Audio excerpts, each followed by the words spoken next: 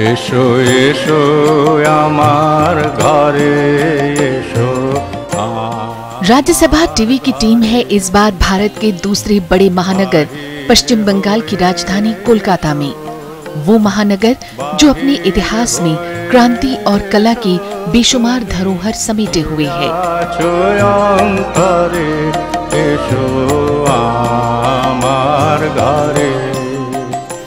इस शहर का इतिहास काफी पुराना है। आज का कोलकाता आधुनिक भारत के इतिहास की कई गाथाएं अपने में समेटे हुए है।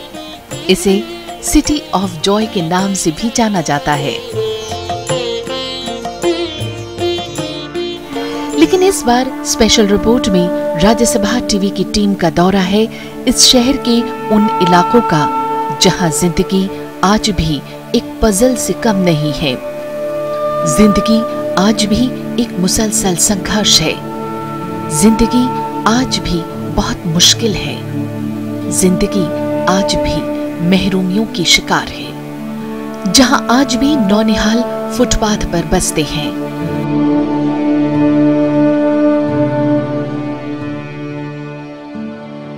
नमस्कार, आदाब। स्पेशल रिपोर्ट में मैं हूं आपके साथ समीना। राज्यसभा टीवी की टीम है इस बार भारत के दूसरे बड़े महानगर पश्चिम बंगाल की राजधानी कोलकाता में।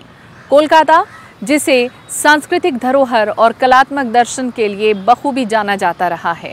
क्रांतिकारी विचारों को लेकर कोलकाता हमेशा से सुर्खियों में रहा है।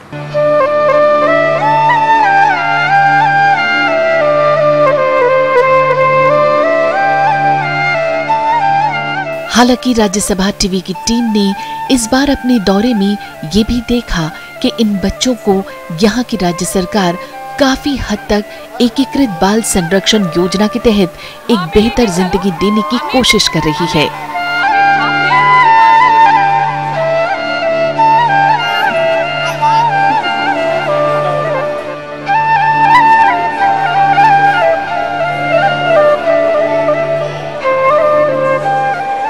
लेकिन छोटे शहरों से पलायन एक बड़ी वजह है कि आज भी फुटपाथ पर बचपन तरसता है।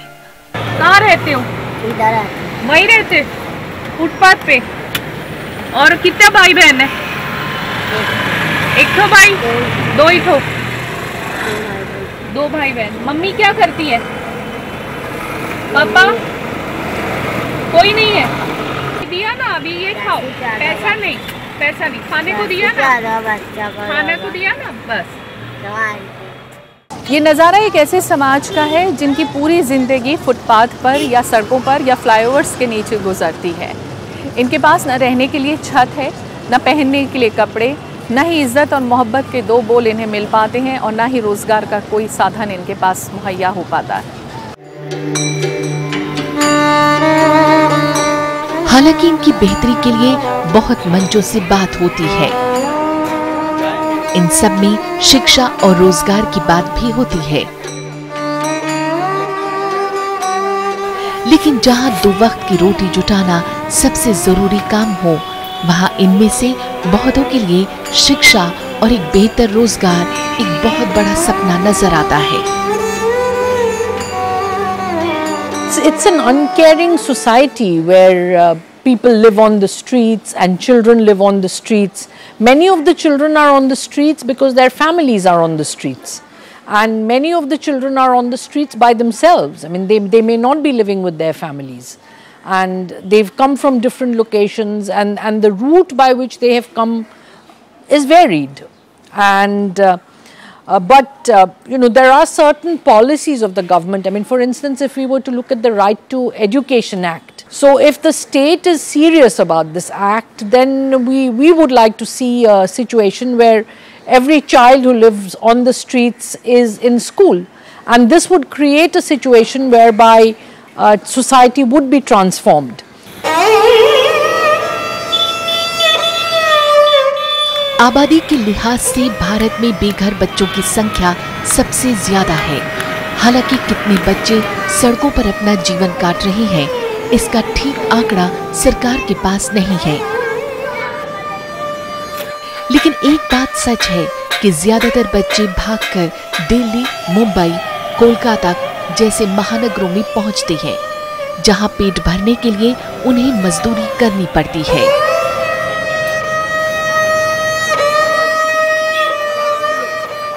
गरीब पिछड़े वर्गों से ही ज़्यादा आ रही है। रेलवे स्टेशन से आ रही है, बस स्टॉपों में से आ रही है। जिला अगर कहें तो मालदा, मुर्शिदाबाद, बॉर्डर जो हमारे जिला है, बॉर्डर डिस्ट्रिक्ट्स जो है, वहाँ से अधिकतर संख्या के बच्चे को दिखाया जाता है। और अगर पिछड़े देखें तो पश्चिम मेदिनीपुर या बांग्ला वगैरह से भी आते हैं बच्चे। इस दौरान अक्सर उनके शारीरिक, मानसिक और यौन शोषण की संभावनाएं भी बनी रहती हैं। निर्धनता, पारिवारिक हिंसा, अत्याचार, उपेक्षा, घृणा, सौतेले माता पिता, बेरोजगारी, अशिक्षा, माता या पिता की मृत्यु से अनाथ हुआ बच्चा, शैक्षणिक विफलता और बुरी संगत जैसे कारणों के चलते ये बच्चे बेघर होते हैं। वो बच्चे माइग्रेंट होते हैं, different places from the city आते हैं। इनके माता पिता आते हैं in search of livelihood. Then they used to work in different localities। और जब वो जाते हैं बाहर तो ये बच्चे रास्ते में खेल कूद करते हैं और विदाउट एनी प्रोटेक्शन ये बच्चे रहते हैं। और ये बच्चे, बहुत सारे बच्चे इनमें से ये है कि ट्रैफिकिंग का शिकार भी हो जाते हैं। एक और जहां गरीबी है, वहीं दूसरी तरफ बाहर से आकर बसने वालों की संख्या में लगातार इजाफा हो रहा है। लगातार बढ़ता जनसंख्या का दबाव और मूलभूत सुविधाओं की कमी की वजह से इस शहर की सेहत बिगड़ने लगी है। हमारा जीजा है, ये बहन का लड़का है, तो हमारा जीजा का भी नौकरी वोकरी नहीं है, काम धंधा नहीं है, घर में थोड़ा तकलीफ हो रहा खाना पानी में, तो ये बच्चा लेकर बैठने से थोड़ा घर चलता है, तो घर चलने तो घर संसार बढ़िया चलता है।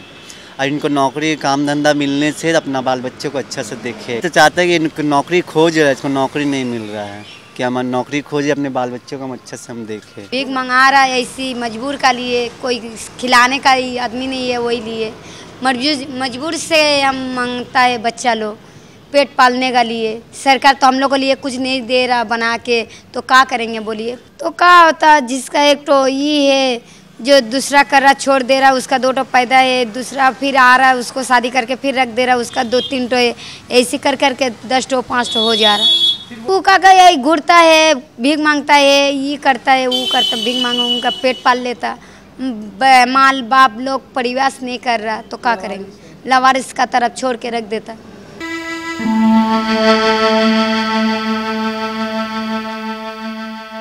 लोकसभा में पेश 11 जुलाई 2014 को महानगरों की सड़कों पर रहने वाले बच्चों का आंकड़ा कुछ यूं रहा। नई दिल्ली में सड़कों पर रहने वाले बच्चों की संख्या 69,976 रही। मुंबई में यही संख्या 16,059 है। कोलकाता में सड़कों पर रहने वाले बच्चों की संख्या 8,287। वहीं चेन्नई में ये संख्या 2,374 रही। बेंगलुरु में सड़कों पर रहने वाले बच्चों की संख्या 7,523 रही। हैदराबाद में यही संख्या 1,797 है।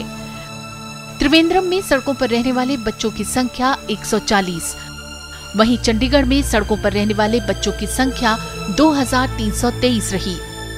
गोवा में यही संख्या 1,287 है और वडोदरा में सड़कों पर रहने वाले बच्चों की संख्या 2,428 रही।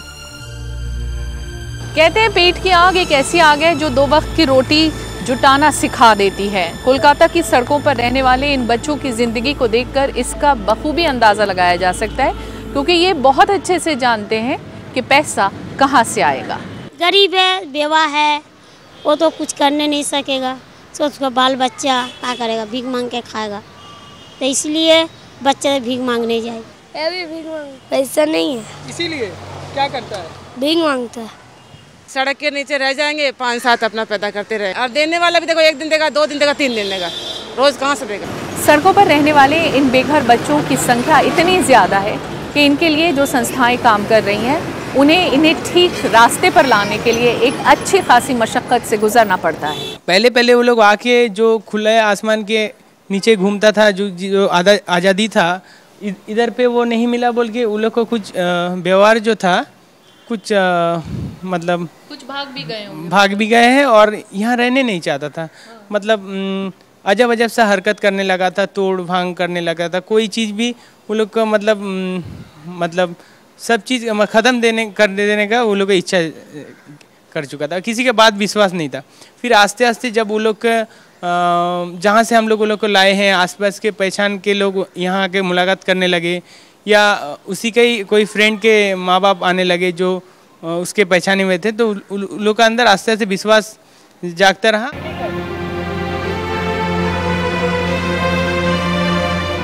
फुटपाथ पर रहने वाले बच्चों की जिंदगी और हालत काफी खराब है। आमतौर पर हालत तो सभी बेघर बच्चों की एक जैसी है, लेकिन 14 से 18 साल की लड़कियां शोषण और उत्पीड़न की ज्यादा शिकार होती हैं। हैरानी की बात यह है कि कोलकाता में जो बच्चे सड़कों पर अपने माता पिता या किसी परिजन के साथ रहते हैं, उनकी हालत ज्यादा खराब है उन बच्चों के मुकाबले जो अकेले सड़कों पर रहते हैं। यही नहीं, नशे की लत वाले बेसहारा बच्चे उत्पीड़न की जल्दी शिकार होते हैं और यही बच्चे सबसे ज्यादा मानव तस्करी के भी शिकार होते हैं।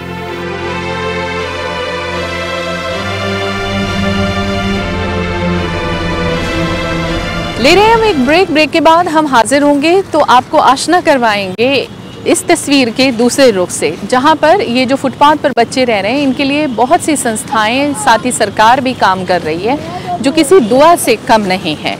देखते रहिए राज्यसभा टीवी।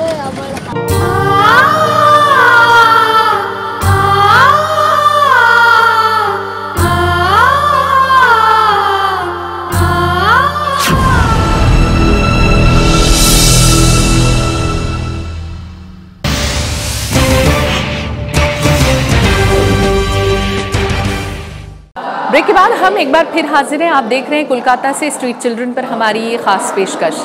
ब्रेक पर जाने से पहले हमने आपको तस्वीर का पहला रुख दिखाया था, लेकिन तस्वीर का दूसरा रुख कुछ बेहतर दिखाई देता है।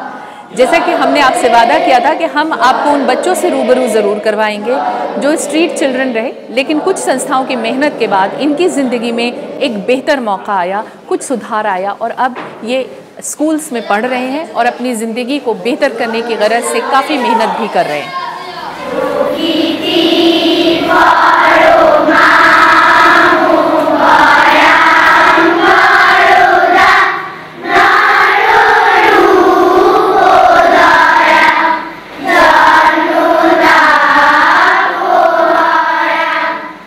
इनमें से कुछ बच्चों की जिंदगी में एक कड़ी धूप के बाद छांव भी आई।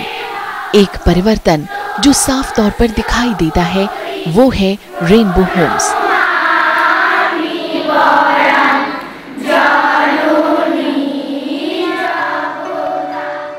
जब हम पहुंचे इन होम्स में तो वहां की स्थिति काफी कुछ बेहतर नजर आती है। सड़क पर रहने वाले इन बेघर बच्चों की स्थिति आज जैसी है पहले ऐसी न थी।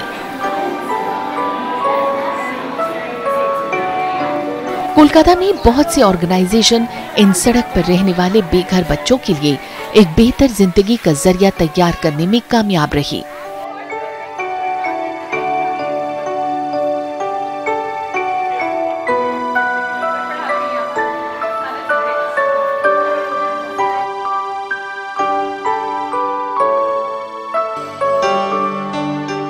और इसी में एक बेहतरीन मिसाल है 1979 में कोलकाता के सियालदा स्थित लोरेटो कॉन्वेंट स्कूल की principal sister Cyril Muni.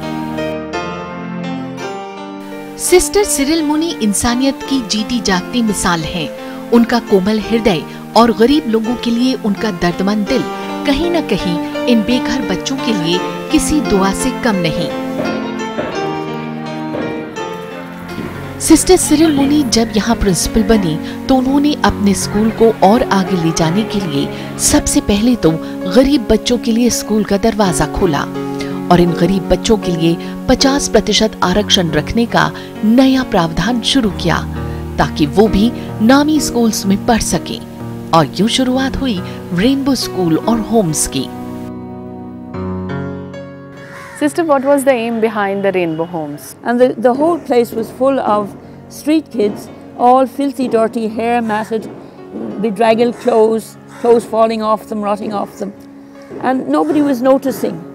And this was 79, 80. And I said, let's see, can we bring these? I didn't really think about them. I was more concerned for sending the children out to the villages. Then my own kids came. Their eyes suddenly were opened, I think, from going out. And they suddenly came to me and said, you know, we're going out so far to the villages. We're not seeing the kids on the street. So I said, fine, but I'm too busy. So you do something. So the children themselves went over to the station, began to interview people, talk to the parents, and began inviting the children. I said, you can bring them in the afternoon. School finished by 2 o'clock. So I said, bring them in the afternoon, but do two things. You must not take away their survival skills, and you must not promise them anything. Don't make promises, because if you can't fulfill it, they'll stop coming. So they came as they were, around every day 2 o'clock. And then one afternoon I went out and found them all sitting at 1:30, waiting. And I said to the man at the gate, what's happened? Oh, he said they're not supposed to come in till 2. And I realized at that stage, and I hope this message gets through to all the big schools, their Derwans are some of the most difficult people to convince that these children should come in. They don't want these children, so they'll stop them at the gate. So they have to be watched and not. So anyway, I brought in all the children. And then by 98, a little girl was raped outside across the road from the school in the hospital. And then with that, I realized how vulnerable the girls were on the street. So we opened then our Rainbow Homes for them to live in. उम्र के इस पड़ाव पर भी वो इन बच्चों के लिए बहुत कुछ करना चाहती हैं और आजकल राज्य सरकार द्वारा चलाए जा रहे रेनबो होम्स में कंसल्टेंट के तौर पर काम कर रही हैं। उनकी निगरानी में और भी बेहतर प्रयास हो रहे हैं और इसमें उनके साथ काफी प्रभावशाली लोग भी जुड़े हैं। जब मेरे 10 साल थी, 10 साल तक मैं दमदम प्लेटफॉर्म में गुजारा। मेरे माँ बाप मुझे छोड़ के चला गया। मैं मेरे दीदी माँ के पास, नानी के पास बड़ा हुआ। उसके बाद जब मैं बड़ा होता जाता, उस टाइम मेरी नानी मुझको एक होम पर दे दिया। ऑफर है उसका नाम, ऑफर एनजीओ का नाम। उसकी एक पार्ट है अपन घर गर्ल्स। उधर मैं बड़ा हुआ। ग्रेजुएशन, एचएस, माध्यमिक सब उधर से एक कंप्लीट किया। वैसे भी मैं पढ़ाशुना में काफ़ी अच्छा थी, मुझे आगे भी बढ़ना थी, लेकिन इकोनॉमिक प्रॉब्लम, सपोर्ट वगैरह वगैरह, इसलिए कुछ कारण से मैं आगे नहीं बढ़ सका। फाइनली जब मुझे ये जॉब का अपॉर्चुनिटी मिला तो मैंने इसको खोना नहीं चाहता, इसीलिए मैं पढ़ने के साथ ये जॉब करना शुरू किया। सिस्टर सिरिल मुनी के साथ हम कई रेनबो स्कूल्स में गए, जहां सरकार द्वारा शुरू की गई योजनाओं का असर तो दिखता है, जहां उन योजनाओं को जमीन पर उतारने की कोशिशें भी दिखती हैं। यहाँ बच्चों को शिक्षा के साथ एक बेहतर माहौल और उन्हें अपनी जिंदगी में कुछ कर दिखाने का मौका फराहम किया गया है।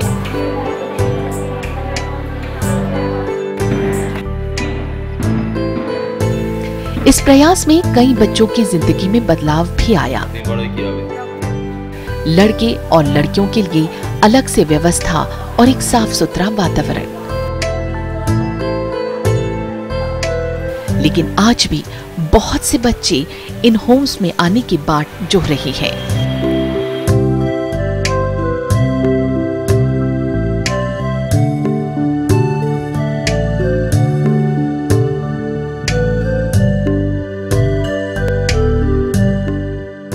आपको क्या चेंज लगता है इन बच्चों में पढ़ाई के बाद? इनका प्रोनाउंसिएशन किसी भी इंग्लिश का ठीक नहीं था, अब थोड़ा थोड़ा ठीक हो रहा है। अभी तो डेली आप एक ही बच्चे को पढ़ाते हो या अलग अलग बच्चों को पढ़ाते हो? अलग अलग बच्चे को। ये लोग बहुत अच्छा पढ़ सकते हैं अभी, जो पहले नहीं थे, और बहुत स्वीटली, मतलब अच्छा लगता है इनका पढ़ाई। जब अच्छा होता है सुनने में बहुत अच्छा लगता है। कैसा लगता है पढ़ाना इन बच्चों को? अच्छा लगता है, ये लोग बहुत स्वीट है। हमें पढ़ाते ही वो सुनते भी है हमारी बात। ऐसा लगता है कि वो हम मेरी सिस्टर जैसी है। They are like my sisters. आपको ऐसा लगता है कि आप ऐसे बच्चों को, जब आप स्ट्रीट चिल्ड्रन को पढ़ाएंगे तो सोसाइटी में एक चेंज आएगा? ज़रूर, अगर हम एडुकेशन को फैलाए तो वो फिर से फैलेगा। अगर हम किसी को हेल्प करें तो फिर वो भी इंस्पायर होगा कि किसी और को हेल्प करे। जैसे हम किसी स्ट्रीट के बच्चे को पढ़ाए तो वो जब बड़ा होगा तो वो भी किसी और को पढ़ाएगा। तो आपको इन बच्चों में क्या चेंज नज़र आता है पढ़ाई के बाद? ये लोग बहुत कुछ सीख रहे हैं। ये लोग एक नई समाज में एंट्री ले रहे हैं जो बहुत ब्राइट है, जो बहुत अच्छा है, जहाँ पर इनका नॉलेज बहुत बढ़ेगा। ये बहुत दूर तक जा सकते हैं। इनके चेंजेस मैं देख रही हूँ कि इनके स्टडीज़ के लिए इनका इंटरेस्ट भी है and they like drawing very much. क्या बनना चाहती है? पुलिस। पुलिस में जाना चाहती हूँ। तो पुलिस में तुम्हें क्या अच्छा लगता है?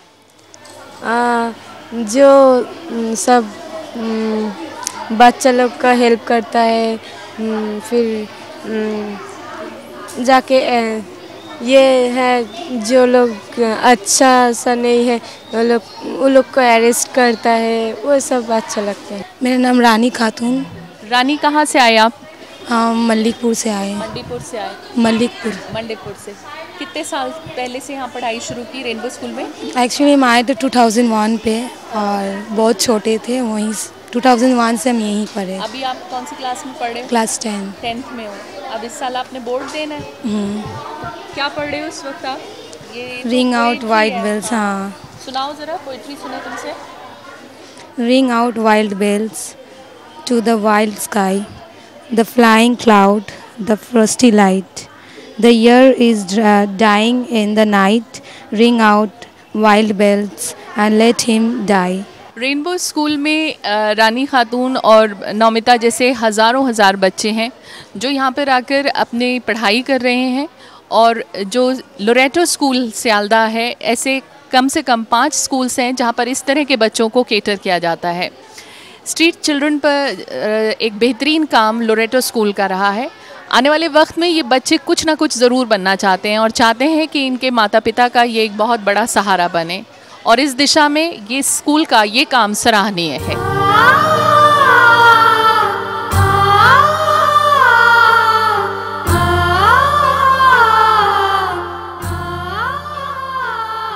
होप सेव द चिल्ड्रन सिनी का काम भी कुछ ऐसा ही रहा। सर्व शिक्षा अभियान के तहत इनका काम भी काबिल जिक्र है। ऐसे बहुत से ऑर्गेनाइजेशन आज ऐसे बच्चों के लिए काम कर रहे हैं। लड़कियों और लड़कियों के लिए अलग से व्यवस्था और एक साफ सुथरा वातावरण, और यहाँ रहने वाले नन्हे दिलों में है बेशुमार ख्वाहिशें और कुछ कर दिखाने का जज्बा। सिनी urban unit started 25 years back. तो सिनी अर्बन यूनिट जो डिसएडवांटेज बच्चे हैं उसके जो ज़रूरतें हैं उसको हम एड्रेस करते हैं थ्रू एजुकेशन, शिक्षा, चाइल्ड प्रोटेक्शन, सुरक्षा, हेल्थ एंड न्यूट्रिशन, उनका स्वास्थ्य के लिए। हम लोग जो है होप का, तो हम लोग का काम है चाइल्ड प्रोटेक्शन लेके काम करना। तो चाइल्ड प्रोटेक्शन, हेल्थ और एजुकेशन और बहुत सारे इश्यूज़ हैं। हम लोगों का स्किल डेवलपमेंट का काम भी होता है। हम लोगों का एक तो बिल्डिंग है लाइफ स्किल बिल्डिंग, वहाँ पे 16 साल या उससे ज़्यादा उम्र के बच्चे लोगों के लिए लाइफ स्किल जो ट्रेनिंग होता है कि वो लोग कैसे कुछ काम सीखना, जैसे टेलरिंग हो, कंप्यूटर ट्रेनिंग एक्सेट्रा, ये सब होता है।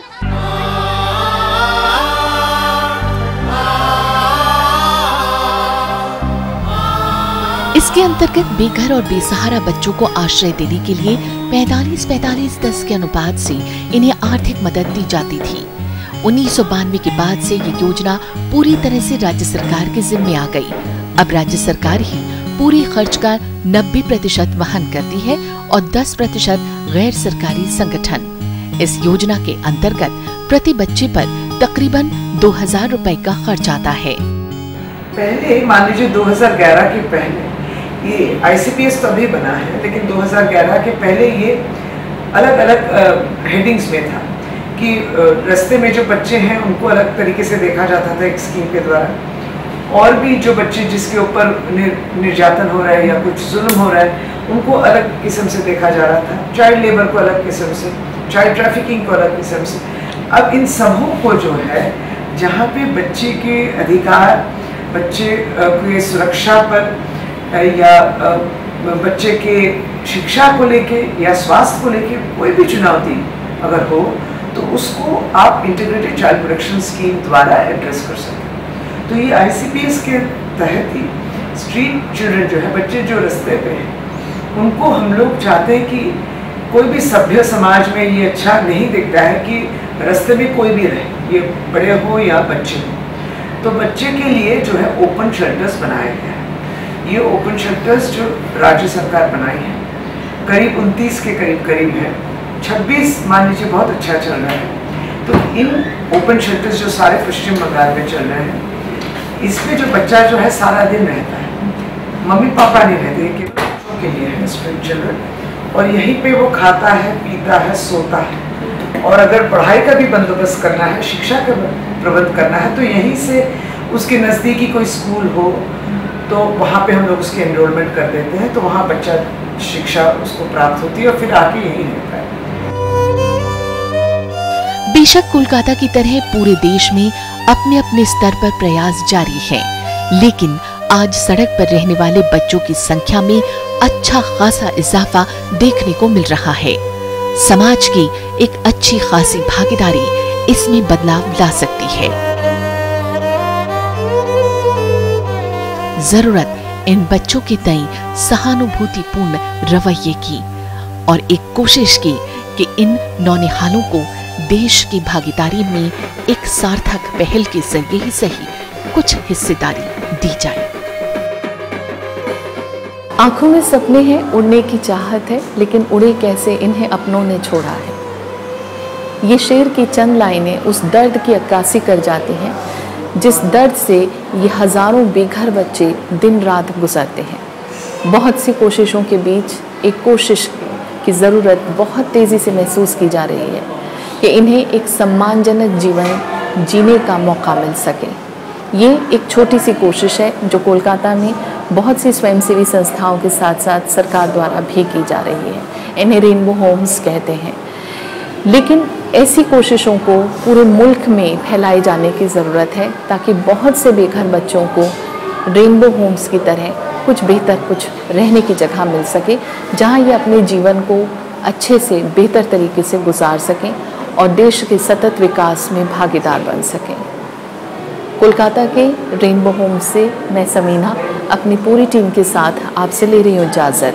फिर मिलेंगे एक और नए विषय के साथ। तब तक के लिए नमस्कार, आदाब।